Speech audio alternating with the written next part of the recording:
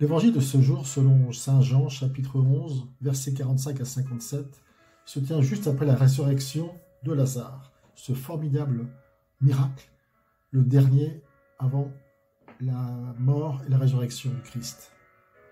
On aurait pu croire que cela aurait ébranlé les foules et les aurait entraînés à suivre Jésus. Or, il y eut quelques Juifs qui allèrent trouver les pharisiens pour leur raconter ce que Jésus avait fait. Les chefs des prêtres convoquèrent alors le grand conseil. Et ils dirent, « Qu'allons-nous faire? Cet homme accomplit un grand nombre de signes. Si nous continuons à le laisser agir, tout le monde va croire en lui, et les Romains viendront détruire notre lieu saint et notre nation. » C'est alors que Caïphe, qui venait d'être nommé grand prêtre, c'était le puissant de l'époque, leur dit, « Vous n'y comprenez rien? Vous ne voyez pas quel est votre intérêt? Il vaut mieux qu'un seul homme meure pour le peuple et que l'ensemble de la nation ne périsse pas. » Quelle prophétie! À partir de ce jour-là, le Grand Conseil fut décidé à faire mourir Jésus. La mécanique s'était alors enclenchée. Cette réaction nous paraît absurde. Devant une si grande espérance, on s'attendait plutôt à une conversion de tous. Mais non, Jésus gênait, il bousculait l'ordre établi.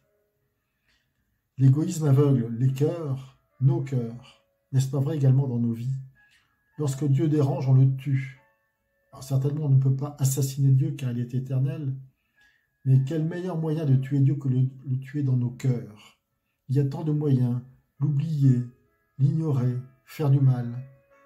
Mais Dieu continue à vivre, mais pas dans le cœur de l'homme qui a choisi de s'en séparer. On a l'impression de vivre sans contrat, mais en réalité, c'est l'enfer.